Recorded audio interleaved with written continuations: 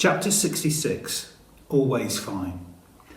From Susie's point of view, it had suddenly become clear that the spin, flag, shape-shifting thing was not a clever driving tactic after all, but a sign of the Turbochaser malfunctioning in a very bad way before finally giving up the ghost.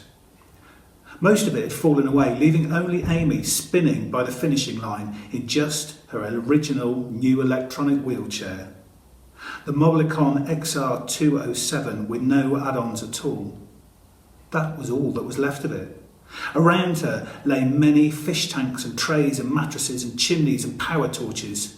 Meanwhile, Peter Taylor's GT500 stopped next to her. "She's pushed it too far," shouted Rahul, running after Susie. "We all pushed it too far," shouted Jack, running after Rahul. "I've run out of crisps," shouted Colin. The parents and the children all ran over towards Amy, still in her chair, motionless with her helmet on. Then a loud, metallic voice said, "Excuse me! Excuse everyone! Step away from the injured party!" "Oh, you've got your megaphone working again, sir," said PC Middleton. "Yes, Middleton," said DCI Bryant, holding it up. "Just need a new battery and a little bit of technical know-how. Now, zip it, DCI Bryant," shouted Precia. "We need to concentrate on Amy." "Oh." Peter was the first to get to her. "Amy, are you—" But Amy waved him away. She waved all of them away. "Give me a minute," she said. They stood there, staring at her. "Give me a minute," she said. She looked at the finish line, just a metre in front of her, then down at the debris around her. Then she pressed the lever forward.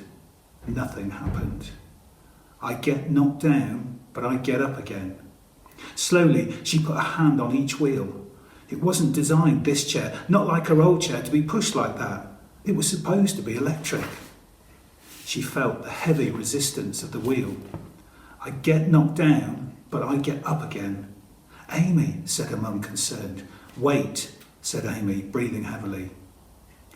Slowly, very slowly, the chair began to move forward, crunching over glass and plastic. Rahul rushed over to her, but Amy shook her head.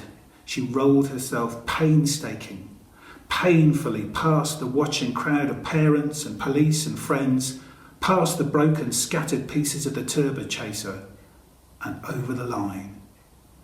Everyone cheered, even Peter, and Amy lowered her hands, exhausted, her chin flopping on her chest. With an effort, she lifted her helmet off her head. She was very conscious that she was sitting in just a wheelchair, bits of metal and glass and wiring behind her. Her dad rushed up. "Amy, are you okay? That was—" "Yes, Dad, I'm fine." "Oh, good, nothing broken." Amy looked up at him. She was tired and breathless, but her voice rang out clear. "No, the thing is, I'm fine, Dad. Not just now, but generally. I think you think that I might be a bit broken, but I'm really not." Peter looked back at her, his eyes filled with tears. Finally, after a long moment, he nodded. "Oh, thank God, Amy," said Susie, barging Peter out of the way and falling onto her daughter and kissing her and hugging her. "I'm so glad you're okay, because if you weren't," she'd added, "I'd have killed you." Chapter 67, A Dodgem Car by the Sea. Susie was smiling, and Amy laughed. Then they both were laughing until Amy's dad put his hands on her arm. "Amy," said Peter, "we still need to talk about this." He indicated the broken bits of the Turbochaser. "I'm sorry, Dad," said Amy, disentangling herself from her mum. "I'm sorry I put you all through this. I hope all your cars are okay. I'm sorry." "You're amazing. It took all the other children and—" "Pardon?" Peter shook his head in wonder. His eyes had that new way of looking at her that Amy had noticed earlier, the one that she couldn't think of the word for. "I mean, absolutely," he said. "You shouldn't have done any of this. Shouldn't have done all of this to your wheelchair. Shouldn't have put your mum through all this worry. But we'll talk about that afterwards, because—" He shook his head and smiled. "You're totally amazing." What an incredible driver you are. I've never seen anything like it. You're a natural. Amy smiled and blushed. She wanted to say, well, you have seen something like it a long time ago on a Dodgem car by the sea. But instead, she just let the words, "You're a natural," fire up the memory of that moment again and said, "Thank you, Dad." "And as your dad," he said, "let me give you a hug," which he did. Lifting her up off the chair and into his arms, he gave her the tightest hug. But also, he said, once he put her back into the chair, "As a fellow driver, let me shake your hand." He held out his hand and Amy took it. They shook hands. He looked at her and smiled. "Respect," said Amy's dad, which was the word that described, Amy realised, what was contained in her father's new way of looking at her. Chapter 68. Was that sarcastic? On the way back home, everyone managed to get into Susie's van, even though it was a bit of a squeeze. It was a long drive. Prisha suggested that they stopped at a restaurant they found on the way up called La Rural Pastorale, but none of the children were very keen for some reason. Amy sat in her old wheelchair in the back. Her dad had told her to leave the new wheelchair, which didn't seem to work at all anymore with him. As they were nearing the end of the journey, Raoul said, "Do you think your dad will fix the wheelchair or buy you a new one?" "I don't know," said Amy. "What about your dad? Is he cross that all the stuff from the warehouse got broken?" Raoul looked around. Sanjay was asleep on Prisha's shoulder. "No, he's okay. He's always okay, as long as Mum isn't shouting at him. And anyway, we went round picking up some bits that weren't broken and put them in the back of the van. He reckons if I can build another one, loads of people might want one."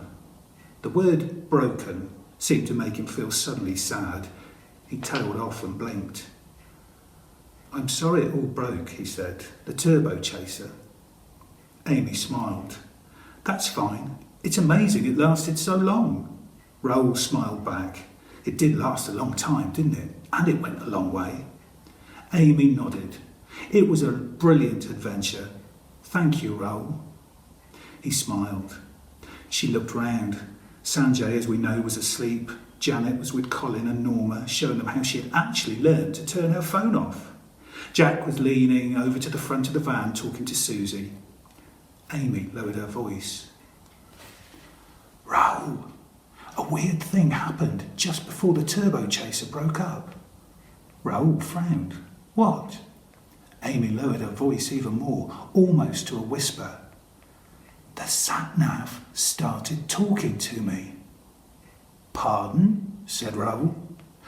"I know it sounds stupid, but I was talking to myself about how I didn't think I could win the race, and it started telling me that I could." "Wow." Amy looked at him. "You don't believe me?" "Well, no, I do. I mean that the sat-nav was kind of weird." Amy shook her head. "Yes, but it was telling us where to go or where not to go. It wasn't even giving us a pep talk or helping because it knew I was frightened." She looked at Raoul. "It was like at the last moment the Turbochaser was really talking to me, like it really was my friend." Raoul nodded. He touched her on the shoulder. Maybe it was. A little while later, they were back in their home city. Susie dropped Janet and Colin and Norma back off at their house first. Everyone said goodbye, but then Colin said as they got out, "Janet, where are your fairy wings?" They got covered in poo. "Oh," said Norma, "not again." "No, they're clean now," said Raoul. "Remember, you washed them in the stream." Amy saw them by her feet. She picked them up. "Here they are, sparkling clean." She threw them out of the window of the van. They fluttered up in the air, glittering in the streetlight, before coming down like a butterfly to land almost perfectly behind Janet. Norma clamped her hands on them, holding them to her daughter's back. "Ha," said Amy, "you were right. They've come in useful." "How is that useful?" said Jack. "As a symbol of our journey," said Amy.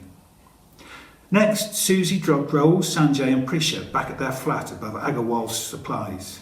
Sanjay and Raoul quickly took all the Turbochaser bits out of the back of the van and then they said goodbye.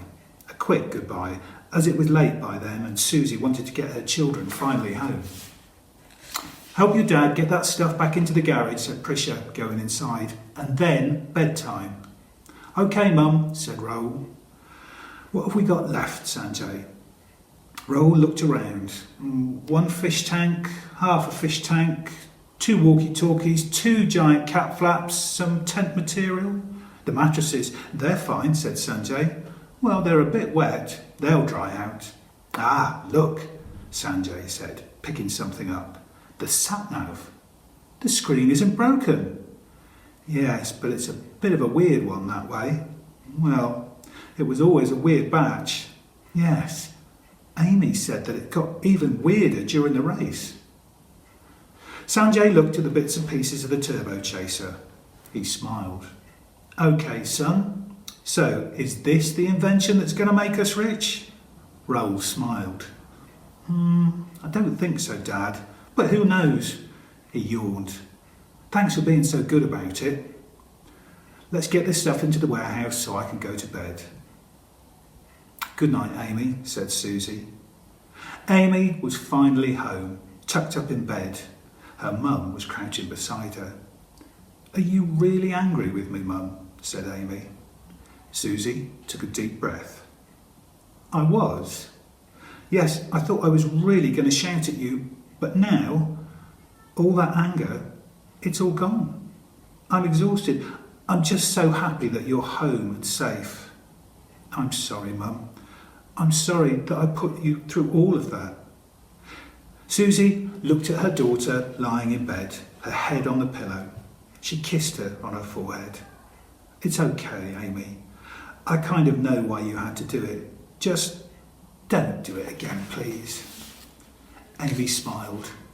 "I won't, I promise. I'll never do anything like that again." Susie nodded. "Thank you, darling," and left the room. 10 seconds later, through the wall, Jack's voice said, "Was that sarcastic?" Amy, even though she was nearly asleep, burst out laughing.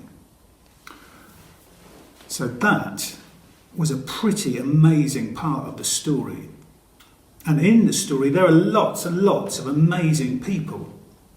So your task is to think about somebody that you know, either a friend, somebody in your family who is amazing.